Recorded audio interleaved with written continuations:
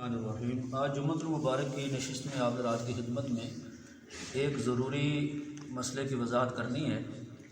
وہ یہ ہے کہ ہمارا تعارف ہے اہل سنت والجماعت، اور ہماری جو دلیلیں ہیں شرعی وہ 4 دلیلیں ہیں۔ سب سے پہلے قرآن پاک، دوسرے نمبر پر سنت رسول صلی اللہ علیہ وسلم، اور تیسرے نمبر پر اجماع امت، اور چوتھے نمبر پر شرعی قیاس۔ اس کی وجہ یہ ہے کہ جب ہم کسی سے مختلف موضوعات کے اوپر ہماری بات ہوتی ہے تو کسی فرقہ کی طرف سے یہ کہا جاتا ہے کہ صرف قرآن سے دکھائیں، صرف قرآن سے دکھائیں۔ کسی کی طرف سے کہا جاتا ہے کہ صرف حدیث سے دکھائیں۔ تو یہ جو ہم سے مطالبہ کیا جاتا ہے نا، صرف قرآن سے دکھائیں، صرف حدیث سے دکھائیں، یہ مطالبہ اس لیے غلط ہے کہ ہم نے کبھی دعویٰ کی نہیں کہ صرف دلیلیں 2 ہیں یا 1 ہے۔ ٹھیک ہے جی، ہماری شرعی دلیلیں کتنی ہیں؟ 4 دلیلیں۔ قرآن پاک سب سے پہلے، اور دوسرے نمبر پر سنت رسول صلی اللہ علیہ وسلم، اور تیسرے نمبر پر اجماع امت، اور چوتھے نمبر پر کیا ہے؟ شرعی قیاس ہے۔ یہ 4 دلیلیں ہیں۔ اور پھر یہ جو دلیلیں ہیں اس میں ایک غلط فہمی یہ بھی ہے کہ ایک نوجوان کہنے لگا جی سب سے پہلے دلیل کیا ہے؟ قرآن پاک۔ تو کہنے لگا پھر میں مسئلہ قرآن سے دیکھوں گا۔ تو میں نے کہا پھر ترجمے والا نہیں دیکھنا، بغیر ترجمے والا دیکھنا ہے۔ کہتا ہے جی نہیں، مجھے تو سمجھ نہیں آتا۔ تو میں نے کہا آپ خود کہہ رہے ہیں کہ میں قرآن سے دیکھوں گا نا، تو جب آپ خود قرآن سمجھ سکتے ہیں تو پھر آپ کو ترجمے کی کیا ضرورت ہے؟ ترجمہ پہ رہنے دیں۔ تو مطلب یہ ہوا کہ یہ جو 4 دلیلیں ہیں ان سے جو مسائل کا استنباط ہے، مسائل نکالنے کا کام ہے، وہ بھی میرا آپ کا نہیں ہے، وہ بھی ان لوگوں کا ہے جن کو مجتہدین اور فقہا کہتے ہیں، جو اپنے فن کے ماہر ہیں۔ نہیں سمجھ آئی؟ وہ بھی ان کا کام ہے کہ ان قرآن پاک کی آیات سے یا نبی علیہ الصلوۃ والسلام کی سنت سے ان مسائل کا حل کر کے ہمیں بتائیں، جیسے کہ 4 اماموں نے الحمدللہ یہ کام کیا ہے۔ تو میں عرض کر رہا تھا کہ سب سے پہلے دلیل ہماری وہ قرآن پاک ہے، لیکن قرآن پاک جو دلیل ہے نا ہماری، یہ بات اچھی طرح سمجھ لیں، اس کا مطلب یہ نہیں ہے کہ قرآن پاک سے جو اپنے مطلب کی آیت لے لے اور جو اپنے مطلب کے مطابق نہیں اس کو چھوڑ دے، کیونکہ قرآن پاک کی ترجمہ اور تفسیر اور صحیح تعبیر کے لیے 2 شرطیں ہیں۔ پہلی شرط یہ ہے کہ عربی گرامر کے مطابق اس کا معنی مفہوم بیان کیا جا رہا ہے، اور دوسری شرط یہ ہے کہ سلف صالحین کی تفسیر کے مطابق اس کا مفہوم بیان کیا جا رہا ہے۔ نہیں سمجھ آئی؟ تو قرآن پاک کس زبان میں نازل ہوئے؟ عربی زبان میں نا۔ تو اگر قرآن پاک کا کوئی لفظ ہے، کوئی آیت ہے، اس کا مطلب اور مفہوم عربی گرامر کے علاوہ کسی اور زبان میں اگر بیان کیا جاتا ہے تو اب ظاہر بات ہے کہ یہ مفہوم غلط ہوگا۔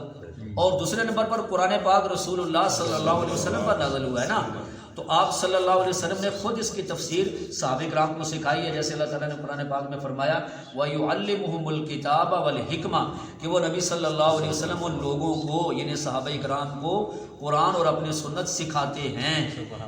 نہیں سمجھ آئی؟ پھر صحابہ کرام نے سکھائی آگے تابعین کو، تابعین نے سکھائی تبع تابعین کو، انہوں نے اپنے شاگردوں کو، اور یوں اس طرح یہ تفسیر ہم تک ایک سند کے ساتھ پہنچی ہے۔ اب جتنے بھی گمراہ فرقے ہیں وہ کیا کرتے ہیں؟ قرآن کی آیت پڑھتے ہیں، مطلب اپنا بیان کرتے ہیں، مفہوم اپنا بیان کرتے ہیں۔ تو وہ تفسیر الحمدللہ آج موجود ہیں جو رسول اللہ صلی اللہ علیہ وسلم نے صحابہ کرام کو سکھائیں، صحابہ کرام نے تابعین کو، تابعین آگے تبع تابعین کو، اس طرح سند کے ساتھ یہ تفسیر ہم تک پہنچی ہیں، تو وہ تفسیر ہوگی قابل قبول۔ آج ہر بندہ اٹھتا ہے یار قرآن کا لفظ پڑھتے ہیں، ترجمہ کرتے ہیں اور تفسیر اپنی شروع کر دیتے ہیں، اور اس سے پھر کیا ہوتا ہے کہ آگے فتنے در فتنے آگے پیدا ہونا شروع ہو جاتے ہیں۔ ٹھیک ہے جی، تو یہ 2 شرطیں آپ رات کو سمجھ آگے کی نہیں ہے، سمجھ سب کو سمجھ آگے۔ پھر ہے سنت رسول صلی اللہ علیہ وسلم، کہ وہ دلیل ہے کوئی بھی مسئلہ ثابت کرنے کے لیے آپ صلی اللہ علیہ وسلم کی سنت کیا ہے، نبی علیہ الصلوۃ والسلام کا اس میں طریقہ کیا ہے، وہ بھی ہمارے لیے کیا ہے؟ حجت، اور ہمارے لیے دلیل اور ثبوت ہے۔ اب اس میں وہ لوگ جو کہتے ہیں جی صرف قرآن سے دکھائیں، صرف قرآن سے دکھائیں، جن کو منکرین حدیث کہتے ہیں، تو ان کے پاس کوئی قرآن پاک کی ایسی آیت نہیں ہے جس میں یہ لکھا ہوا ہو کہ حدیث کے منکر کو اہل قرآن کہتے ہیں۔ ایک بھی ان کے پاس ایسی آیت نہیں ہے، بلکہ قرآن پاک کی سینکڑوں آیات ایسی ہیں جس میں خود اللہ کریم نے اپنے پیغمبر صلی اللہ علیہ وسلم کی اطاعت کا حکم دیا ہے۔ دیا کہ نہیں دیا؟ ایک سوال ذہن میں رکھیں کہ دیکھیں جب اللہ قرآن میں یہ کہتے ہیں یا ایھا الذین آمنوا اطیعوا اللہ واطیعوا الرسول، اے ایمان والو اطاعت کرو اللہ کی اور اللہ کے رسول صلی اللہ علیہ وسلم کی، یہ قرآن کہہ رہا ہے نا جی۔ اب اللہ کی اطاعت تو قرآن ہے، تو نبی علیہ السلام کی اطاعت کہاں ہے؟ سوال ہے کہ نہیں؟ یہ قرآن کہتا ہے اے ایمان والو اطاعت کرو اللہ کی اور اللہ کے رسول صلی اللہ علیہ وسلم کی۔ اللہ کی اطاعت تو قرآن ہے، تو نبی علیہ السلام کی اطاعت کہاں سے ثابت ہوگی؟ وہ کہاں سے پتہ چلے گا؟ ٹھیک ہے، وہ ہے سنت رسول صلی اللہ علیہ وسلم۔ جو نبی علیہ الصلوۃ والسلام کا طریقہ ہے، جو حضور پاک علیہ السلام کی زندگی کے اندر ہمیں معلوم ہوا، تو وہ نبی علیہ الصلوۃ والسلام کی سنت ہے اور وہ حضور علیہ الصلوۃ والسلام کا طریقہ ہے۔ اب اس کا انکار وہ قرآن پاک کی تمام ان آیات کا انکار ہے جس میں اللہ پاک نے رسول صلی اللہ علیہ وسلم کی اطاعت کا حکم دیا ہے۔ یہ بات آپ کو سمجھ آئی کہ نہیں ہے؟ ٹھیک ہے جی۔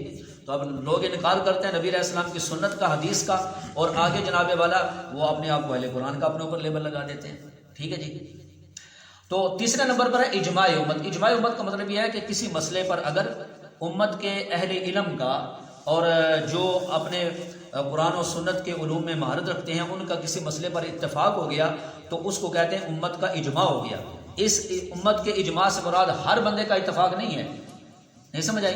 یہ اچھی طرح سمجھ لیں، ہر بندے کا جو ایرا غیرہ ہے یا عوام جاہل ہے ان کا کسی مسئلے پر اتفاق کر لینا، جیسے کہ آج کل یورپی ملک کے اندر ایسے بہت سارے چیزوں پر ان کا اتفاق ہوا ہے، بلکہ ان کی اسمبلیوں کے اندر بل پاس ہوئے ہیں، نہیں سمجھ آئی؟ ہم جس پرستی کے بل پاس ہوئے دوسرے تیسرے، تو اس کو اجماع نہیں کہتے، یا عام لوگ کسی غلط مسئلے پر اتفاق کر لیتے ہیں۔ اس اجماع امت سے مراد یاد رکھیں وہ اہل علم لوگ مراد ہیں، نہیں سمجھ آئی؟ صحابہ کرام رضوان اللہ علیہ مجمعین کا کسی مسئلے پر اتفاق ہو گیا وہ بھی امت کے لیے دلیل ہے۔ تابعین کا کسی مسئلے پر اتفاق ہو گیا، تبع تابعین کا، 4 اماموں کا، یا کسی زمانے میں اہل علم کا کسی مسئلے پر اتفاق ہو گیا تو وہ دلیل بن جاتی ہے، کیونکہ نبی علیہ الصلوۃ والسلام کا فرمان ہے کہ میری امت گمراہی پر کبھی اکٹھی نہیں ہو سکتی۔ اس وجہ سے ہم یہ بات کہتے ہیں کہ بھی رمضان شریف میں تراویح 20 رکعت پڑھا کریں۔ سوال یہ پیدا ہوتا ہے جی کیوں؟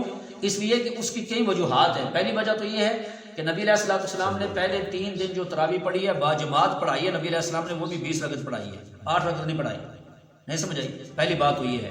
تو نبی علیہ السلام چوتھے دن تشریف نہیں لائے، صحابہ کرام بلاتے بھی رہے، اور آپ صلی اللہ علیہ وسلم نے 3 دن پڑھائی، چوتھے دن تشریف نہیں لائے۔ بعد میں نبی علیہ السلام نے فرمایا کہ میں اس لیے نہیں آیا تھا کہ مجھے خطرہ تھا کہ کہیں تم پر فرض نہ ہو جائے، لیکن اس سے معلوم ہوا کہ حضور علیہ السلام کی چاہت یہ تھی کہ میری امت تراویح پڑھا کرے۔ جیسے مسواک کے بارے میں فرمایا کہ اگر مجھے اپنی امت پر مشقت کا ڈر نہ ہوتا تو میں لازم قرار دے دیتا کہ ہر نماز سے پہلے مسواک کا اہتمام کیا کریں۔ تو اب نبی علیہ السلام نے تو فرما دیا کہ میں اس وجہ سے لازم قرار نہیں دیتا کہ تم مشقت میں پڑ جاؤ گے، لیکن نبی علیہ السلام کی چاہت یہ تھی کہ میری امت مسواک کرے۔ بالکل اس طرح یاد رکھیں کہ نبی علیہ السلام کی چاہت تھی کہ میری امت تراویح پڑھے، اور پھر سیدنا عمر رضی اللہ تعالیٰ عنہ کے دور میں تمام صحابہ کرام کا اتفاق ہو گیا 20 رکعت تراویح کے اوپر۔ امام بخاری رحمۃ اللہ علیہ کے استاد امام ابو بکر بن ابی شیبہ رحمۃ اللہ علیہ نے مصنف ابن ابی شیبہ کے اندر واضح طور پر یہ بات لکھی ہے۔ آپ کو بات سمجھ آئی کہ نہیں آئی؟ اچھا ایک بات میں عرض کرتا ہوں، جمعے پر بھی اس پر بات ہوئی۔ دیکھیں لوگ تہجد کی جو حدیث ہے اس کو تراویح پر فٹ کرتے ہیں۔ امی عائشہ رضی اللہ تعالی عنہا سے جو روایت منقول ہے صحیح بخاری کے اندر کہ نبی علیہ السلام رمضان اور غیر رمضان میں کیا فرمایا؟ رمضان اور غیر رمضان میں 11 رکعت سے زیادہ نہیں پڑھتے تھے۔ اور بھی اللہ کے بندو اب اس میں غور تو کرو، آگے ہمیشہ کیا فرماتی ہیں کہ نبی علیہ السلام نے وہ جو رکعتیں پڑھی، فرمایا 4 حضور پاک نے پہلے 4 رکعتیں پڑھی، نہ پوچھ کتنی خوبصورت تھی، نہ پوچھو کتنی لمبی تھی، کتنی خوبصورت تھی۔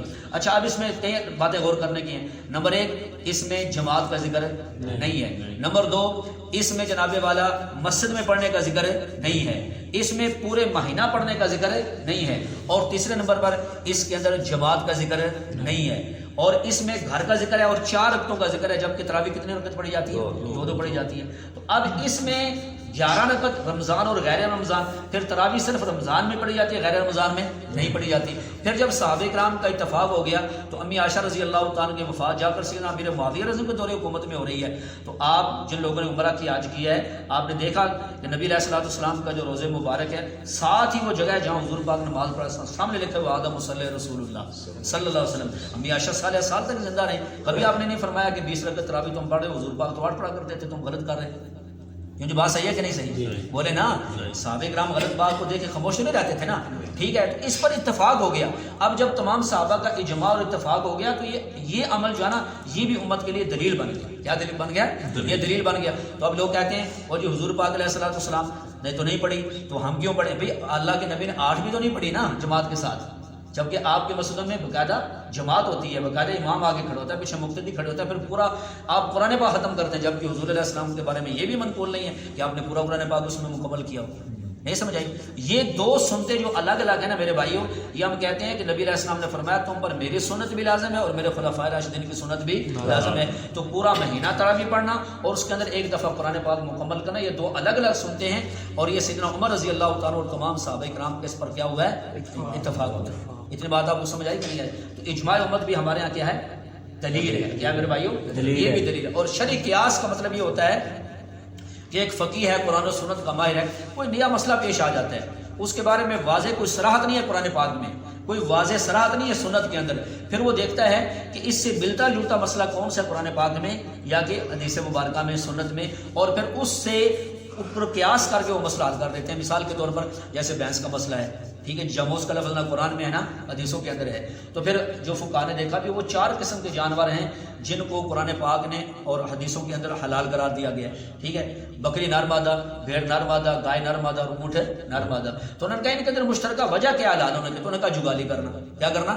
جگالی کرنا. تو انہوں نے کہا دیکھتے جاؤ اس پر، جو جانور جگالی کرے گا وہ حلال ہے، جو نہیں کرتا وہ کیا ہے؟ حرام ہے. اب دیکھو بھینس جگالی کرتی ہے جی بالکل کرتی ہے، وہ کیا ہے؟ حلال ہے. کتیا جگالی کرتی ہے نہیں کرتی وہ کیا ہے؟ حرام ہے. ہرن کرتی ہے جگالی جی بالکل کرتی ہے وہ حلال ہے. گدھی کرتی ہے نہیں کرتی وہ حرام ہے. تو اب انہوں نے اس چیز کو دلیل بنایا، تو یہ اب دلیل قرآن پاک میں موجود تھی لیکن مجھے آپ کو پتا نہیں تھا، لیکن ماہر کو پتا ہے، اس نے ظاہر کر کے بتا دیا. تو اس نے ہمارے پر احسان کیا ہے کہ اس نے غلط کیا ہے؟ احسان کیا نا. بات سمجھا رہی ہے؟ ایسے مثال کے طور پر بکھی کا ذکر تو ہے قرآن پاک ورنہ حدیث مبارکہ میں، لیکن مچھر کا ذکر نہیں ہے، تمہوڑی کا ذکر نہیں ہے، جگنو کا ذکر نہیں ہے. تو پھر فقہاء نے دیکھا کہ یہ جو مکھی ہے اس میں بہنے والا خون نہیں ہے، جہاں مارو نا اس کو خون وہیں جم جاتا ہے، بہتا نہیں ہے اس میں اتنی مقدار. تو ہر وہ چیز میں اتنی مقدار میں خون ہو جو بہہ جائے تو اس کا مسئلہ مکھی والا ہی ہے. بات سمجھا رہی ہے کہ نہیں آئی؟ تو یہ ہوتا ہے شرعی قیاس ہے. تو اس لیے کئی لوگ ہم سے مطالبہ کرتے ہیں اور جی یہ چیز قرآن میں دکھائیں، یہ چیز قرآن میں. ہم نے کہا کہ ہر چیز قرآن میں، بلکہ خود نبی علیہ السلام نے بعد میں جبر رضی اللہ عنہ کو یمن میں بھیجا، تو جب جا رہے تھے تو نبی علیہ السلام نے پوچھا وہاں لوگ تم سے مسائل پوچھیں گے تو کیسے حل کرو گے؟ یا رسول اللہ قرآن پاک سے. تو آگے نبی علیہ السلام نے فرمایا فَإِن لَمْ تَجِدْ، اگر وہ مسئلہ قرآن میں نہ ملے، معلوم ہوا سارے مسئلے قرآن میں نہیں ہیں، وہ نہیں سمجھ آئی، ورنہ حضور پاک یہ نہ فرماتے اگر قرآن میں نہ ملے تو پھر انہوں نے کہا یا رسول اللہ پھر میں آپ کی سنت سے مسئلہ حل کروں گا. انہوں نے بھی سنت کا لفظ بولا. کیا لفظ بولا؟ کیونکہ ہر سنت حدیث ہوتی ہے لیکن ہر حدیث سنت نہیں ہوتی. بات سمجھا رہی ہے؟ اچھا پھر حضور پاک نے پوچھا اگر تمہیں نہ ملے میری سنت کے اندر بھی، تو معاذ بن جبل فرمانے لگے پھر یا رسول اللہ میں اپنی رائے سے قیاس کروں گا، قرآن و سنت کے اصولوں سے وہ مسئلہ حل کروں گا.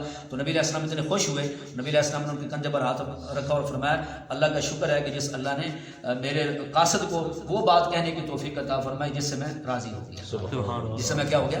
راضی ہو گیا. تو یہ مسئلہ یہ ذہن میں رکھنا ہے کہ یہ ہم سے جو مطالبہ کیا جاتا ہے نا صرف قرآن میں دکھائیں، صرف حدیث میں دکھائیں، یہ تو ہماری دلیل ہے، ہماری 4 دلیلیں ہیں، اور ان 4 دلیلوں سے جو بھی چیز ثابت ہوتی ہے تو امت کے لیے وہ کیا ہوتی ہے؟ دلیل بن جاتی ہے. اللہ پاک ہم سب کو سمجھنے کی اور عمل کی توفیق عطا فرمائے.